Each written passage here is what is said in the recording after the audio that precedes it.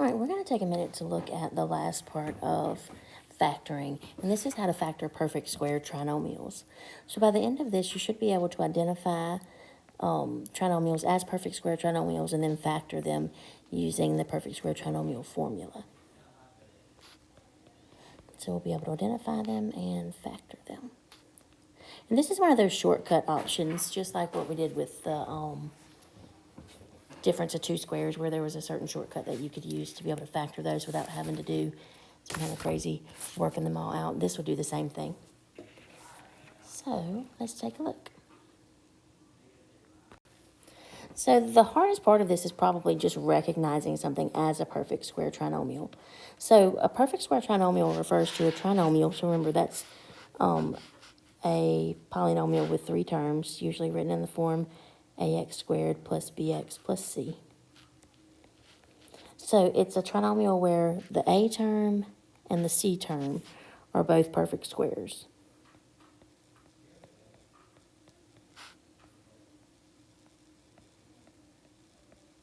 And the b term is twice, this is where it gets tricky, twice the product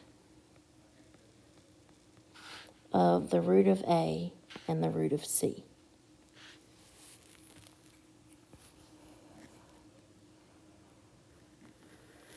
So if you recognize something as a perfect square trinomial, so like take a look at this one at the bottom here. We've got 4 and we have 9. Those are both perfect squares. And remember, perfect squares are numbers that's roots are whole numbers. It's like 1 times 1 is 1, so 1 is a perfect square. 2 times 2 is 4, so 4 is perfect. 3 times 3 is 6. I'm sorry, 3 times 3 is 9, so 9 is perfect. 4 times 4 is 16. 5 times 5 is 25. 6 times 6 is 36. 7 times 7 is 49. So I'm just making me a little list of these. You don't have to write this list down if you don't need them. But if they'd be helpful to you, you might jot them down real quick. 9 times 9 is 81. 10 times 10 is 100. 11 times 11. 12 times 12. Right, we could keep going. 13 times 13. 14 times 14. 15 times 15. Okay, so there's a whole bunch of perfect squares. There are more than that. It would keep going infinitely. But for now, this is enough for us to probably be able to use. So if you want to see if something is a perfect square trinomial, you look at the a term and the c term. So for this example down here, 4x squared and 9. 4 is perfect. It's on my list, and so is 9. So I'm going to find the roots of both of those. The root of 4 is 2. X squared becomes x. The root of 9 is 3. Now, to test this to see if this whole trinomial is a perfect square trinomial, I also have to look at the middle term. To know it's perfect square, I can multiply 2x times 3 and get 6x, and then double it times 2, 12x. That's what I have in the middle here. So if that works, I know it's a perfect square trinomial. So here's how we factor that. If it's a perfect square trinomial using addition, so if you end up with ax squared plus bx plus c, and it's perfect square trinomial, that'll factor into the root of a plus the root of c squared.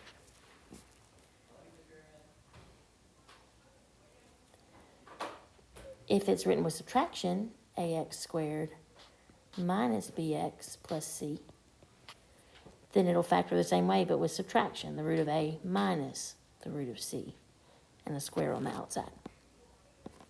So this one, because it was written with addition, the root of the a term was the 2x. The root of c was 3. I write it as plus in the middle, and I put my square on the outside. This is the factored form of that.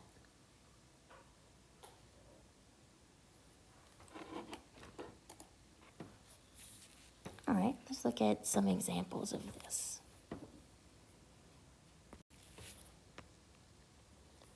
So here I've got some examples. Again, it might be helpful for you to have a little list of those perfect squares if you need them.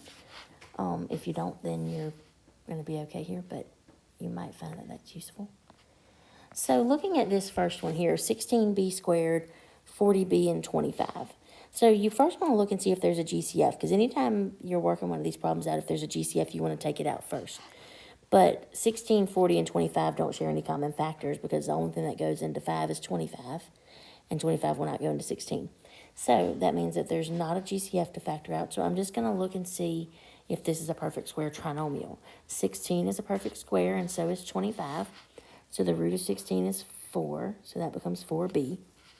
The root of 25 is 5. And I'm going to test it to see if it's a perfect square by testing what happens in the middle.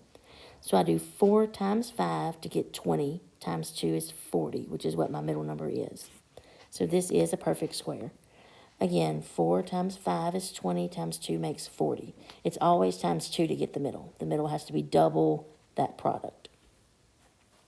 So since I know it's a perfect square trinomial, I'm going to factor it as 4b minus 5 squared. And the reason I did it as minus instead of plus this time is because there was subtraction here. All right, go on to the next one. 4, 4, and 1 have no common factors other than 1, so we don't have to factor out a GCF. 4 is a perfect square, and so is 1.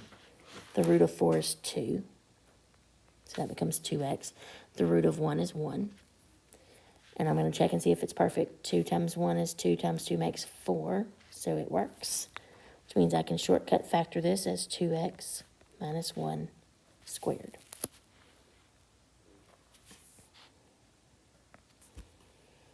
All right, this next one. 10, 100, and 250. Those are all divisible by 10. They all end in 0. So before I start this, I'm going to factor out that 10. That leaves me with 1n squared, 10n, and 25. 10 times 1 is 10, 10 times 10 is 100, 10 times 25 is 250. Now, I'm going to look at what I have left in parentheses to see if I can factor it. And I have 1 and 25 on the ends, which I recognize both of those as perfect squares. Square root of 1 is 1. Square root of 25 is 5. 1 times 5 is 5 times 2 makes 10, so it's a perfect square trinomial. So I end up with 1n plus 5 squared. And I brought my 10 down as a part of my answer.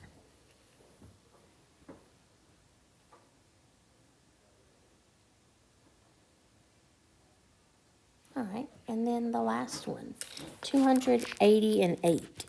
Now, I know that 8 and 80 both divide by 8, but I'm going to check 200 and see if it does. And it does. It becomes 25. So I can factor out a GCF of 8. And they all have some m's. I can factor out 2 of them because they all have at least 2. So that leaves me with 25m squared plus 10m plus 1. And now I have another perfect square trinomial, or something that looks like it might be, because I have a 25, which is perfect, and a 1, which is perfect. 25 becomes 5. 1 is 1. 5 times 1 is 5 times 2 makes 10. So 5m plus 1 squared. Bring down 8m squared. This would be my factorized, or factored version of that.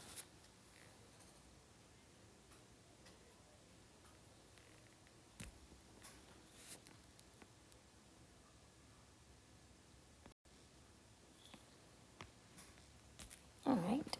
Take a minute, pause this video, and try these. See if you can factor them fully. I will tell you that the first one does have a GCF, so look for that first. The other two don't, so just check and see if they're perfect square trinomials, and if they are, factor them out. Then come back and see if you were correct. All right, take a second and look at these and see if you got correct answers for them. If you didn't, go back and maybe see what you did that was different than what I did. But that should be what you were able to get for those. Once you finish checking them and making corrections if you needed to, go ahead and submit those, and then you should be ready to take a look at the graded practice. Y'all have a beautiful day.